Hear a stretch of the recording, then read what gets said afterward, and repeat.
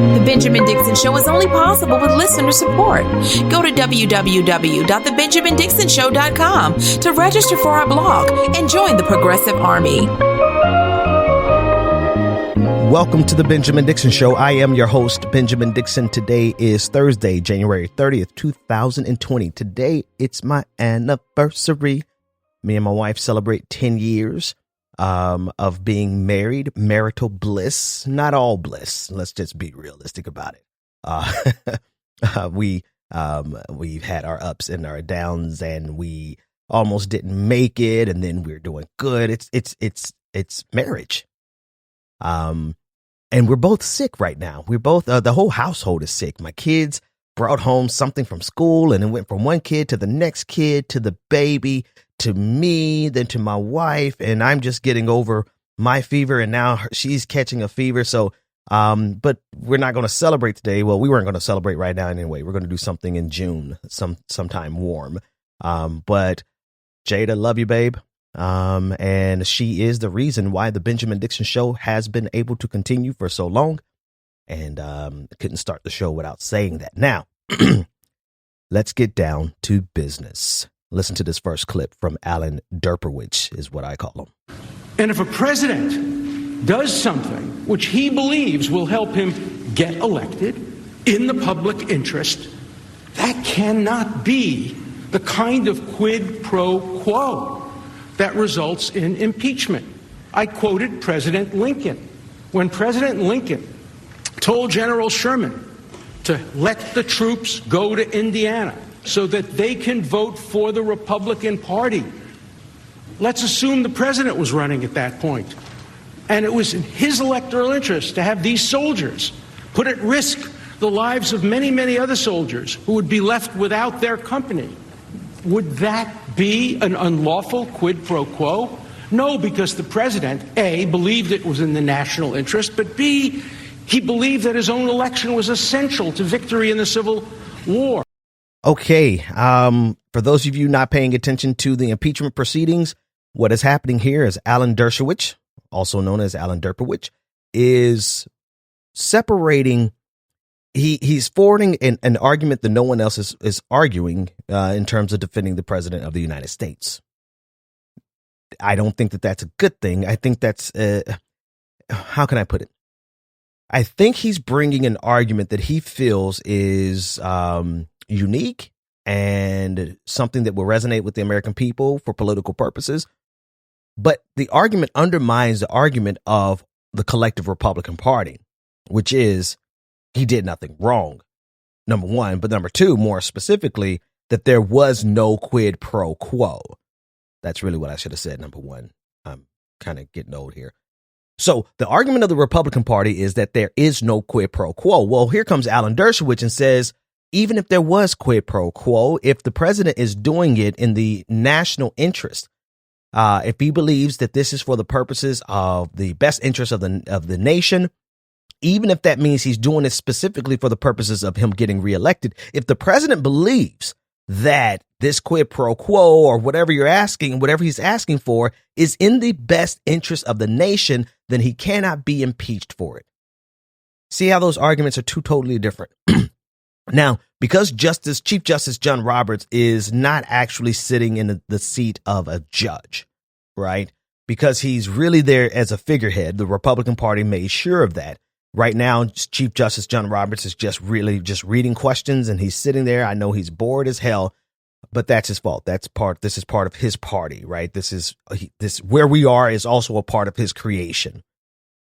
But because he's not sitting in the seat of a actual judge, these arguments can't even be analyzed from the bench, right? It's just anything goes. So you have the Republican Party who's arguing that there was no quid pro quo. That's one thing they're arguing. The second thing they're arguing is that, which is not an argument, they're saying that Hunter Biden and Joe Biden did the same thing. That's a whataboutism. Then enter Alan Dershowitz with this argument yesterday, basically saying, even if it was quid pro quo, it was quid pro quo. The president of the United States did it in the best interest of this country because he believes his reelection is fundamentally in the best interest of this nation. And because of that belief, it can't be an impeachable offense. Now, everyone has taken him to task over this. There's a hashtag logic, Alan Dershowitz logic, and everyone is participating. I've seen everything from a couple of people from the nation saying that using this logic, the president of the United States can arrest everyone who is going to vote against him because it's in the national interest that he be reelected. You see how self-serving that argument is? That is the most self-serving argument I've ever heard in my life. And yet it's forwarded as some type of intellectual, rigorously intellectual argument that it blows me away that this is where we are. And one thing that the Republicans are really, just amazing at is projection. So he got on the floor yesterday, Alan Dershowitz got on the floor yesterday, and he argued that, actually, I have to give you the context. So the arguments that Alan Dershowitz are making, there really is no one in American history who agrees with them. Adam Schiff made that point in a retort. He said, basically, there's no one that agrees with him. And to that response, Alan Dershowitz, I know this is in the minutia, but it really demonstrates the level of disingenuousness that the Republican Party and conservatives in general are operating in. To that response, he said, wait a minute, I found someone in the 19th century who agrees with me. And on that, one person in American history who agrees with the substance of his argument that you cannot impeach a president check this out, for abuse of power. This is what he's been arguing all weekend leading up to his testimony, to his defense of Donald Trump on the Senate floor. According to Vox.com, Sunday, Alan Dershowitz, a member of Trump's legal team, told ABC's George Stephanopoulos that abuse of power is not within the constitutional criteria for impeachment. Even if lawmakers were able to prove beyond a shadow of a doubt that Donald Trump abused his power, Dershowitz argued that it would not be impeachable because it is not criminal behavior, criminal in nature.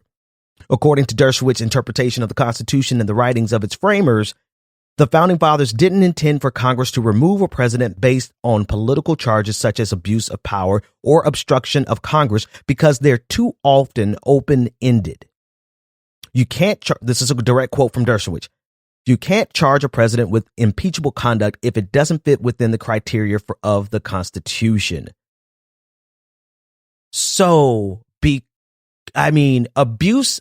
So his argument that Adam Schiff rebutted, that abuse of power is not an impeachable defense, is not an impeachable offense, rather. No one in American history supports that except one individual that he pulled up from the 18th century, but he stood on it and he grandstood, whatever the past tense is of grandstand. I'm sure you'll write it in the comment section.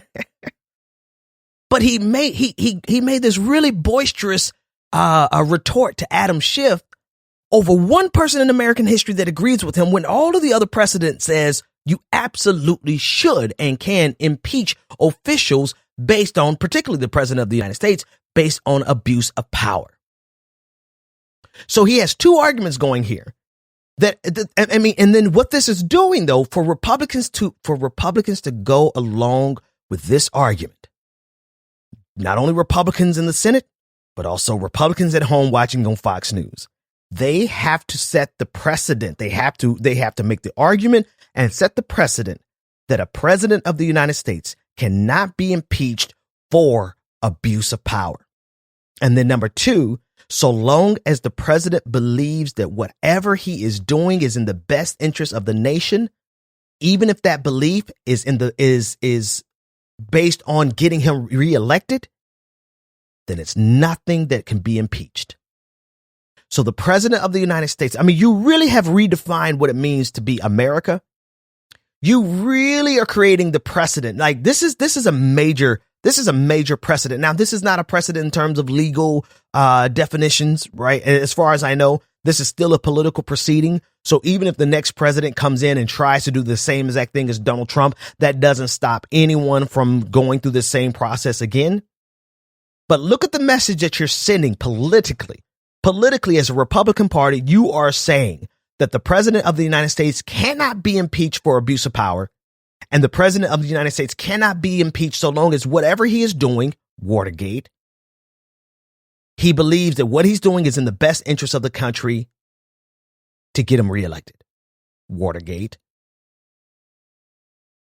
Now, for Republicans to go along with this bullshit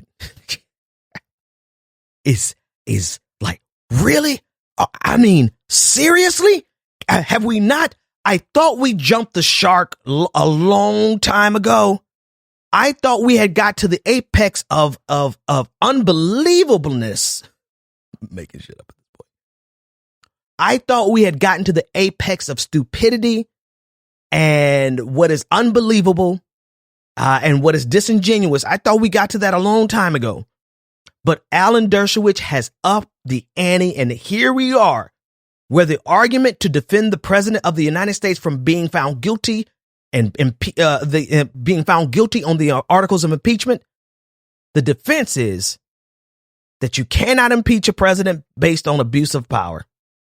And that so long as whatever the president has done, he believes it is in the best interest of the country, even if that means he did it specifically to get himself reelected. And this is what has been presented on the Senate floor, recorded in the annals of history. And it might just work. It might literally just work. And guess what? It will work for Donald Trump. And when the next Democratic president comes in, they will ignore all of this. They will dismiss all of this and pretend as though it didn't happen. Just like the Supreme Court case of 2000 that put George W. Bush into office, they said that this case should not be used for precedent in any other circumstance. This is a one-off case. This is exactly what Republicans would do in order to justify impeaching the next president that does anything so wrong as sneezing the wrong way. This is where we are in America with the Republican Party. And I don't want anybody to come to me and tell me that the Democrats are the same. Not in this regard. Economically, working class, maybe. Go to www.patreon.com/The BPD Show and support The Benjamin Dixon Show. All right. You know what time it is. Every day in this point of the episode, we'd like to thank our newest patrons and the patrons who have increased their pledges. So a very special welcome to Susanna Juby. Thank you so much for becoming a patron, and a very special welcome to John Michael. Thank you for becoming a patron.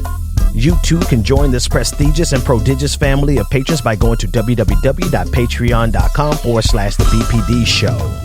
And as you go to patreon.com, you will get all of the bonus material. We had a bonus episode yesterday featuring content. I forgot to go over the Dave Chappelle clip. Dave Chappelle supporting Andrew Yang yesterday, supporting him by pitting universal basic income against Medicare for all. I covered that in the bonus show. It's a good 10, 15 minutes of, about 11 minutes of extra content. And then it dawned on me, man, something that I can do for everyone who is a patron is to give you a bonus show just about every day. So there's going to be a lot of bonus content for patrons. So if you're a patron, just keep listening past the end of the show, the quote unquote end of the show. And there's going to be bonus content after it for you. And if you're not a patron, that means if you want the full experience, you want that additional 15 to extra 30. It depends on how I feel that day. Like if it's a major news day, it might be an additional 30 minutes. We're going to do whatever we have to do to get you to become a patron. Listen, I'm not even ashamed about it. I'm not even ashamed. We're going to work this system until 70% of the listeners of this show are patrons because I don't have any corporate sponsors, because I don't have any major corporation behind me. It is just me and a damn microphone and my patrons. That's how we do this. All right, let's move on. I've spent my entire political life fighting for those people who do not have the wealth and the power, trying to do what's right. And that's really what it's about. This is our nation, and we're not going to let a handful of corporations take it away from us. Stop the war effort. Stop the military machine. We want decent education for our kids. We can create a society where all people can have the health care that they need. Protecting our environment gives us the opportunity to create millions of new, decent-paying, productive jobs. We want the millionaires and the multinational corporations who have not been paying their fair share of taxes to start paying. If we stand together, there is nothing we cannot accomplish. Let us go forward together. Thank you. I wish I could do a Bernie Sanders impersonation, but I can't. So let me just get to the story. That is an advertisement that the Bernie Sanders' team put out yesterday, showing that Bernie Sanders has been consistent as an atomic clock. I think is one of the, is it the atomic clock? Let me just make sure. I'm just going off the top of my head on these anecdotes. Yeah. Okay. It's an atomic clock. Anyway, he's been consistent across space and time. He's been consistent all of his political career. And as many of us think that that's a good thing, the reason I play that ad, not just because I rock with Bernie Sanders, is because there's an article that came out in the Washington Post, an op-ed that came out by Max Boot. And the title of it is Bernie Sanders is insanely consistent. That's nothing to brag about. Now, he starts off the article, Max Boot starts off the article discussing how he has evolved and he left conservatism and he left the right, and how on a book tour, he was asked by a student, how can I trust you when you're repudiating what you used to believe? Like, that's either I'm putting words in the kid's mouth at this point, but to me, you're either turning coat or you are now, you believe something that was disingenuous to begin with, because it's not as though conservatism has been good in this guy's lifetime. What is Max Boot? Maybe 50 something. Conservatism has decidedly been horrible throughout the entirety of this man's life. So if you are turning coat now, Max Boot, that's either because you are just turning coat, which makes you not trustworthy, or you're now rejecting something that you accepted when it was wrong to begin with. So that speaks to your judgment. Okay. Well, this is, he decided to use that question as a way of attacking Bernie Sanders, because being consistent is not necessarily a good thing. All right. So I'm going to read a portion of this article. He says, which brings me to Bernie Sanders, who never seems to have changed his views about anything. This is a big selling point for the controversial podcaster Joe Rogan, who endorsed Sanders by praising him for being insanely consistent his entire life. I can't imagine a worse indictment. Oh, you disingenuous prick, you. It means that Sanders is captive to a rigid ideology that he has never bothered to rethink, even though the world has changed beyond all recognition since he was born a few months before the Japanese attack on Pearl Harbor. Sanders' record indicates that there are a lot of views he should revise, in particular his romantic infatuation with communist movements. In the 1980s, mayor of Burlington, Vermont, Sanders opposed the U.S. invasion of Grenada, which toppled a communist regime, and U.S. support for the government of El Salvador, which prevented communist FMLN guerrillas from coming to power.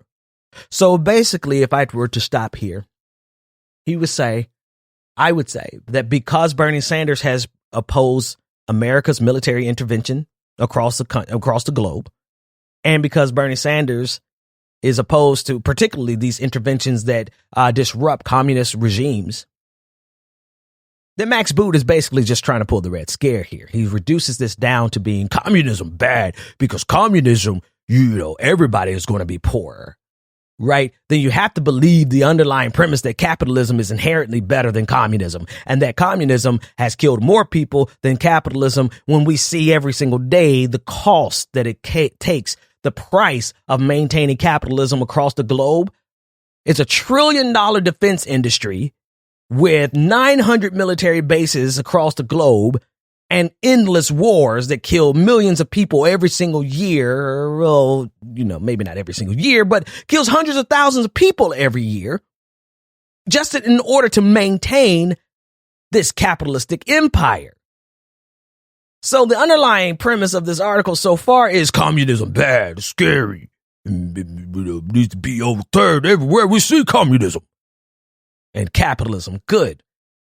All right, let's keep reading. Sanders' record indicates, I actually read that paragraph. Fair enough. But Sanders didn't stop there. In 1985, he traveled to Nicaragua to celebrate the 6th anniversary of the Sandinista takeover. He told a state-controlled newspaper, after many years of economic and political domination, Nicaragua is determined not to be a banana republic anymore, and it's free to make its own decisions. Is this a crime? There was no hint of reproach in his remarks for the serious human rights abuses committed by the Sandinista dictatorship. He even echoed communist propaganda by calling American reporters worms for publishing articles critical of the regime. 3 years later, in 1988, Sanders took a romantic honeymoon trip with his bride to the Soviet Union.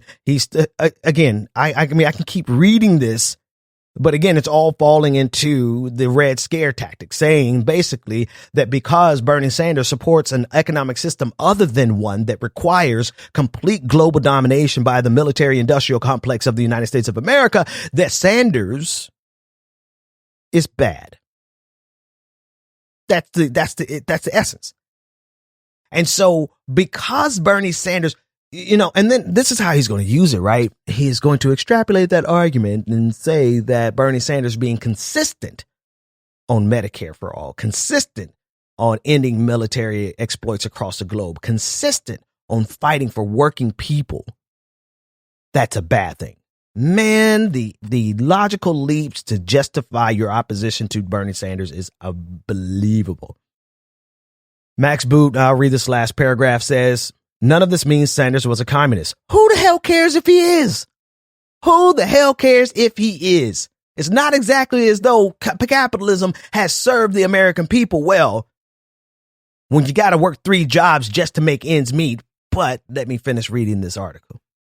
None of this means Sanders was a communist. It does mean that he was hopelessly naive. Get the hell out.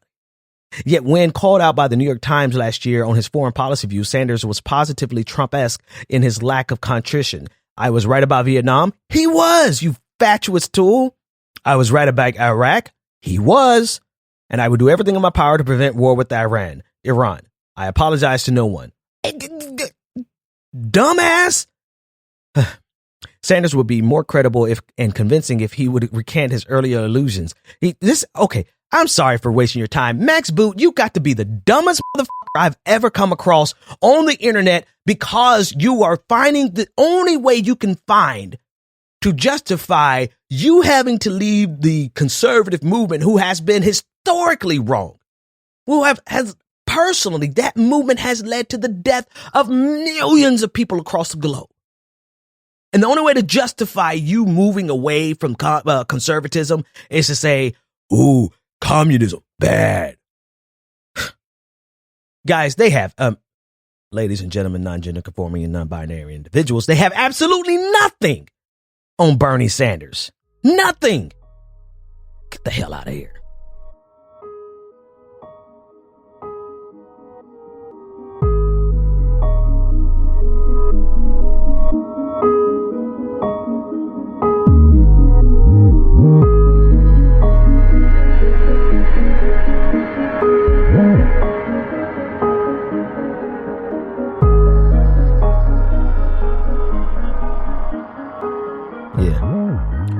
All right, let's go through some polling.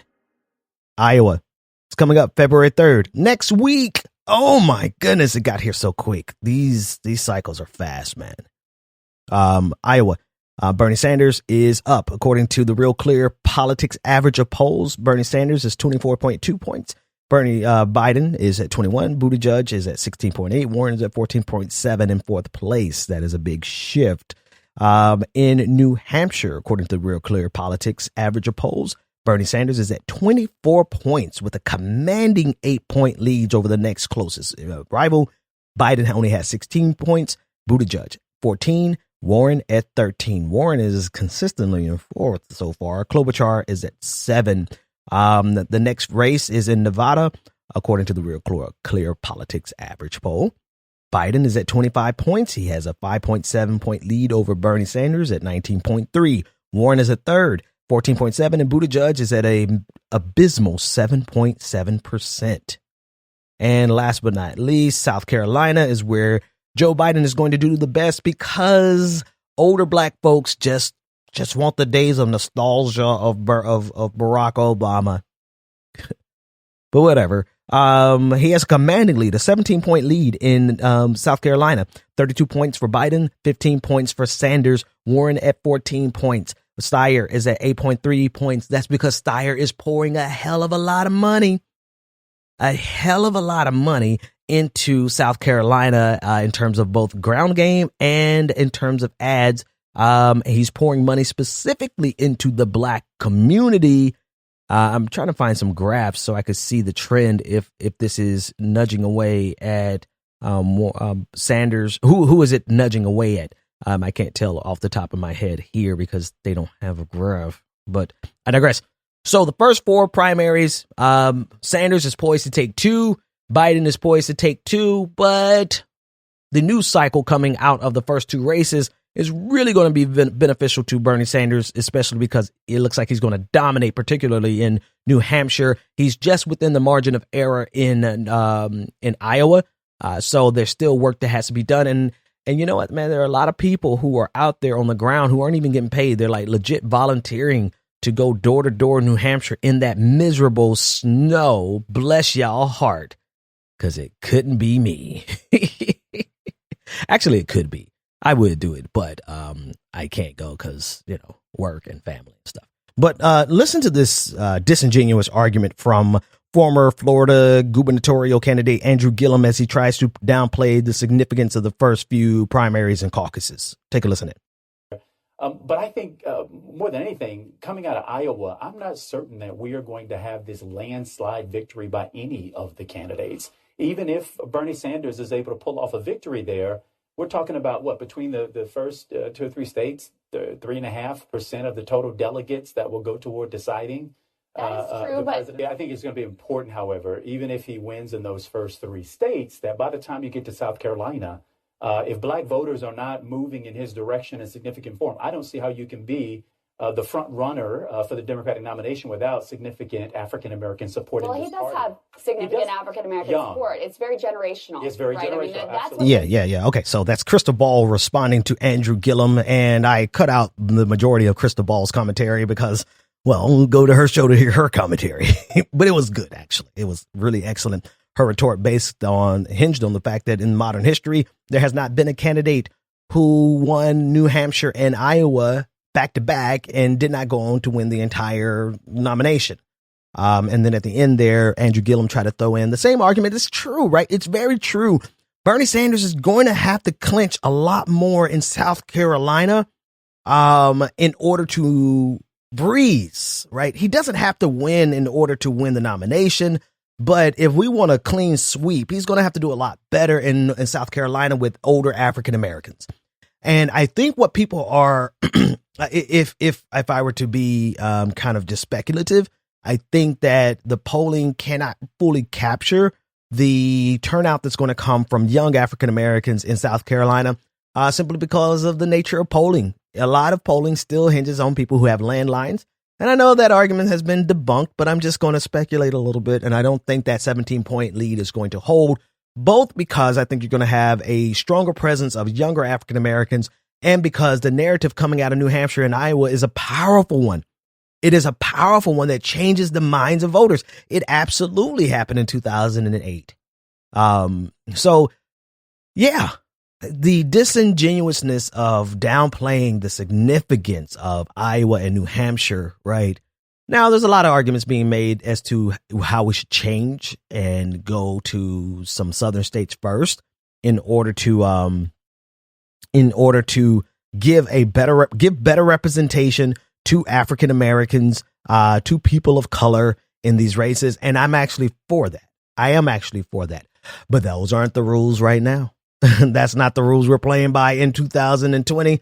And so it is what it is. And based on the way it's structured right now, Bernie Sanders has a huge opportunity based on the polling and based on the momentum coming out of New Hampshire and Iowa. Take a listen to this clip from Zerlina Maxwell on MSNBC. This is what I'm going to talk about in the bonus show. Well, actually, I have 3 or 4 clips for the bonus show, but here's a preview.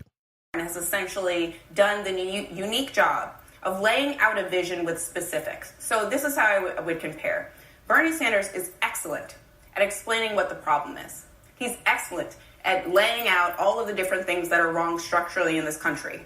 And then he stops talking. And I'm always listening for solutions and specifics. Elizabeth Warren does not stop talking. Oh, the lies. She says, and here is how I'm going to fix it. And here's my plan to fix it. Kamala Harris also has a verbal tick where she says, I don't want to hear you talking about what all the problems are. Tell me what you're going to do about it. And I think that that's the difference in this campaign. Oh, God. Well, ladies and gentlemen, you know that's a damn lie. And I will debunk that lie in the bonus show, shamelessly plugging every reason why you should go to patreon.com/the BPD show, because I think I got about 20 more minutes of excellent content. We're going to debunk that Zerlina Maxwell clip, and we're going to talk about Amy Klobuchar's problem with Black lives. It's terrible. This article is horrible. So go to www.patreon.com/the BPD show to join and to get this bonus content. And if you can't come, I'll see you tomorrow. Take care, everybody. The Benjamin Dixon Show is only possible with listener support.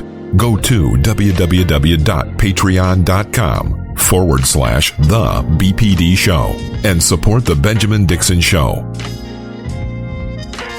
If you like this episode, be sure to share, like, and subscribe.